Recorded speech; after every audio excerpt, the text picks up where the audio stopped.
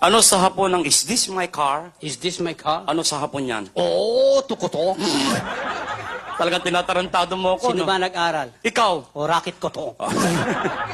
Isa pang English gagawing Hapon. Sure. Serious na. Serious. Ano sa Hapon ng is this your noodles? Is this your noodles? Ano sa Hapon yan? Mickey Moto?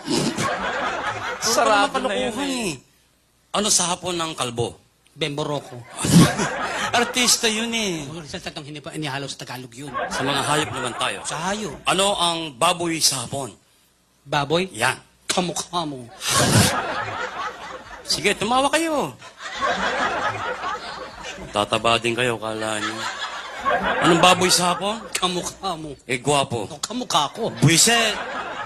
Sa French Eh, tayo. masalo ko sanay. Ingat ka, may mga foreign job, baka makaintindihan tayo. Filipinos are born intellectual. No problem with that. Okay. Ano sa French ang flower?